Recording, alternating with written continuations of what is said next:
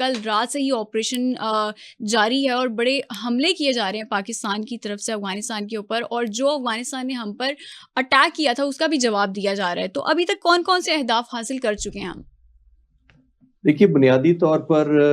فلک ہمیں ذہن میں رکھنا چاہیے کہ یہ سب کا سب آپریشن جو ہے وہ ایز این obligation ہوا ہے, ناٹ بائی چوائس. آبویسلی ہم نے بہت زیادہ وارننگ دی, پہلے بھی چند مہینے پہلے بھی ایک آپریشن کیا گیا تھا, وہ بھی بڑا ویل میئرڈ تھا.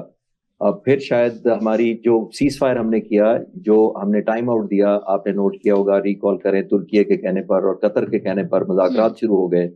تو پھر ظاہر ہے ایک پاز آ گیا اس کے اندر سے. لیکن وہ پاز کا میرا ماننا یہ ہے, حالانکہ ہم نے دوست ممالک کے کہنے پر کیا تھا, لیکن اس کا سائیڈ ایفیکٹ یہ ہوا کہ افغان طالبان نے سمجھا کہ شاید ہماری کوئی یا تو قابلیت میں کمی ہے یا ہمارے حوصلے میں کوئی کمی ہے. تو ایسا نہیں تھا, کیونکہ جب آپ سیز فائر کرتے ہیں نا, میں اکثر کہتا ہوتا ہوں کہ جب جو آپ کی پاور ٹو ہرٹ ہوتی ہے یا جو پاور ٹو کریٹ پین ہوتی ہے اینیمی کے لیے, وہی آپ کی پاور ٹو بارگین ہوتی ہے. یعنی جتنا زیادہ آپ ڈیمیج انفلکٹ کر پاتے ہیں دشمن پر, وہ آپ کو پھر بارگیننگ چپ یا بارگیننگ ایڈوانٹیج اس وقت ملتا ہے جب آپ مذاکرات کی ٹیبل پر بیٹھتے ہیں. لیکن کیونکہ ہم نے دوست ممالک کے کہنے پہ سیز فائر کیا, ہولڈ کیا, اور یہ بھی میں آپ کو ڈیٹا کے ذریعے کنفرم کر سکتا ہوں کہ ہم نے بہت سلیکٹو, پچھلی دفعہ بھی اسٹرائک کی تھی, ہارڈلی 5 to 7% میں آپ کو بتا سکتا ہوں جتنی ہمارے پاس ویزیبلٹی تھی لاسٹ ٹائم بھی.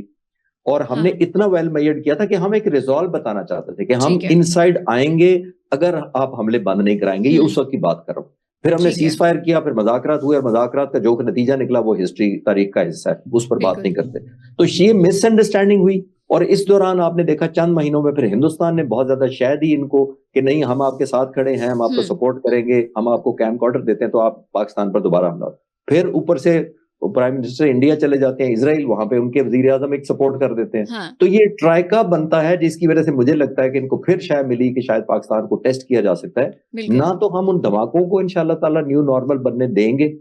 اور اگر اس طرح کی پینیٹریشن ہوئی تو ہم اس کو نیو نارمل پاسبلی بنا دیں گے جو اسٹرائکس ہوں گی, لیکن ناٹ بائی چوائس. جیسے میں نے کہا, کل سے جو اسٹرائکس ہو رہی ہیں وہ ابھی بھی بہت کنفائنڈ ہے, ویل میئرڈ ہیں, بہت فوکسڈ ہیں, اور ہم ایسکلیشن کو روکنے کے